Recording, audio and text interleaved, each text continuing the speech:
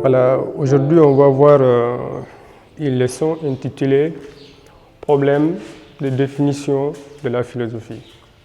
Donc, pourquoi j'ai choisi de commencer par cette leçon? Parce que je constatais que dans toutes les classes où on fait philosophie, il y a toujours ces problèmes-là qui se posent. Une fois que la leçon est expliquée à la fin, on a l'impression que les élèves ne comprennent rien, absolument rien du tout. Donc ils confondent deux fois l'histoire de la philosophie et le problème de définition de la philosophie. Donc si on parle de problème de définition de la philosophie, c'est qu'il y a deux mots qui font surface tout de suite. On a problème, on a définition.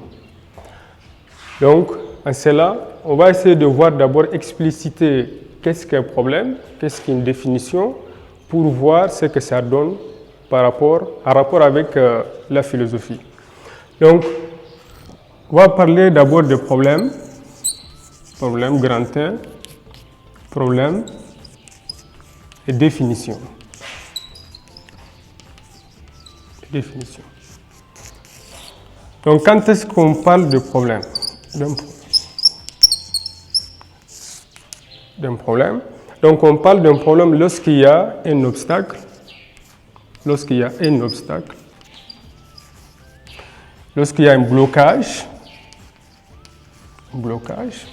dans une situation donnée pour pouvoir atteindre l'objectif visé. Donc, c'est dans ce cadre, c'est dans ce contexte-là qu'on parle de problème. Donc, dans quel sens on peut parler de définition? Définition, c'est de comprendre. Définition d'abord. Définition suppose, c'est de comprendre d'abord les contenus, les éléments essentiels d'un terme. Voilà. Donc maintenant, quel est le rapport entre problème et définition par rapport à la philosophie? Il y a problème, non pas qu'il y a un obstacle, il y a un blocage. Parce que la signification des problèmes ici ne renvoie pas forcément par rapport à la définition, ne renvoie pas forcément à la question d'un obstacle ou d'un blocage. Non. Il y a problème, pourquoi? Parce que la philosophie n'a pas une seule définition. Voilà. Il n'y a pas une seule définition de la philosophie. Donc, c'est pour cela qu'on dit qu'il y a problème de définition de la philosophie. Une fois qu'on comprend qu'est-ce que problème, qu'est-ce que définition, il faut comprendre qu'en philosophie, on veut parler tout simplement de la pluralité de définitions de la philosophie. Donc, comment est-ce que, parce que quand on voit dans toutes les autres matières, il y a des définitions exactes de la mathématique, de la biologie, de la médecine, mais par rapport à la philosophie, il y a toujours des problèmes. Ce problème-là est dû à quoi? Donc on va voir d'abord définition, tenter de définir qu'est-ce que la philosophie. On va voir que cette définition, elle est seulement étymologique, elle n'est pas la définition exacte de la philosophie. On va comprendre pourquoi. Donc en grand 2, on va parler de l'étymologie. Étymologie de la philosophie. Étymologie de la philosophie. Étymologie de... Donc, il faut déjà noter une chose qui est importante dans ce cadre-là, dans ce contexte. Étymologie de la philosophie. Dans l'histoire de la philosophie, on suppose que la parenté de cette définition est liée à bon nombre de philosophes. Il y a certains qui disent que non, c'est Thalès qui a forgé le mot philosophie. Il y a d'autres qui pensent que c'est Pythagore, mais la parenté est plus... généralement, on parle plutôt de Pythagore. Pythagore comme ce philosophe qui a donné, voilà, qui a formulé, qui était le premier à formuler le terme philosophie. Voilà. Donc on va aller avec les vents, on va dire qu'on choisit Pythagore, puisque c'est généralement dit par tous les professeurs de philosophie. On va dire que Pythagore. Donc Pythagore, au 7e siècle déjà, il a donné une première définition à la philosophie. Donc ça ne veut pas dire que la philosophie n'existait pas auparavant. On en faisait usage, mais seulement on n'y avait pas une définition à partir de laquelle on peut identifier tout de suite la philosophie en tant que connaissance parmi les autres, comme la médecine, la biologie, la mathématique, etc.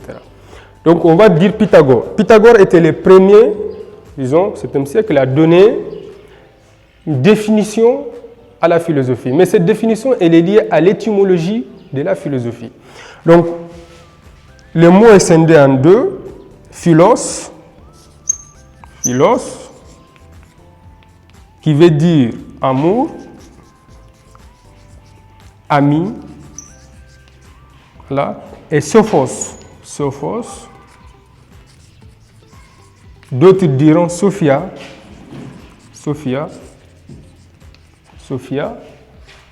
qui veut dire sagesse,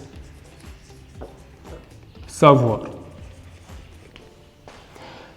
Donc, comme on a l'habitude de le dire, on définit généralement la philosophie à partir de cette étymologie, justement parce que la philosophie ne peut pas avoir une seule définition. On va voir pourquoi. Donc, on peut dire quand même dans ces cas, on dit étymologiquement, la philosophie peut se définir comme l'amour de la sagesse. Étymologiquement, il faut bien spécifier. Donc, ce n'est pas la définition elle-même, mais elle est liée à son étymologie. Donc, l'étymologie, tout de suite, des mots, étymologie, c'est la science des mots. Elle ne peut pas tout de suite, on ne peut pas dire exactement que c'est la définition qu'il faut donner partout et des contextes différents. Donc, on va voir maintenant pourquoi l'étymologie ne suffit pas pour définir la philosophie dans son ensemble. Donc, on va parler en grand 3. On va donner quelques définitions de la philosophie. Quelques définitions de la philosophie. Quelques définitions de la philosophie. Donc, quelques définitions de la philosophie. À partir de ça, on va comprendre que l'étymologie seulement ne suffit pas pour définir la philosophie dans son ensemble. J'ai choisi exprès, ça peut créer des débats, j'ai choisi fondamentalement 3 philosophes. On va voir pourquoi. La philosophie, bien sûr qu'elle a une définition, mais ça dépend seulement des contextes, des conditions, des situations dans lesquelles on peut se retrouver. Donc, d'abord Socrate. On va prendre aussi Descartes et Karl Marx. Je ne l'ai pas choisi au hasard, il y a des raisons à cela, vous allez comprendre après. Si on prend Socrate, Socrate définit la philosophie comme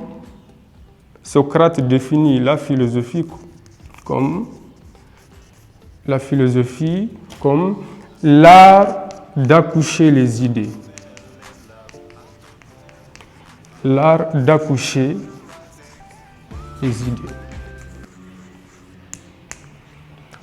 C'est bizarre parce qu'on va dire que comment est-ce qu'on peut faire accoucher les idées.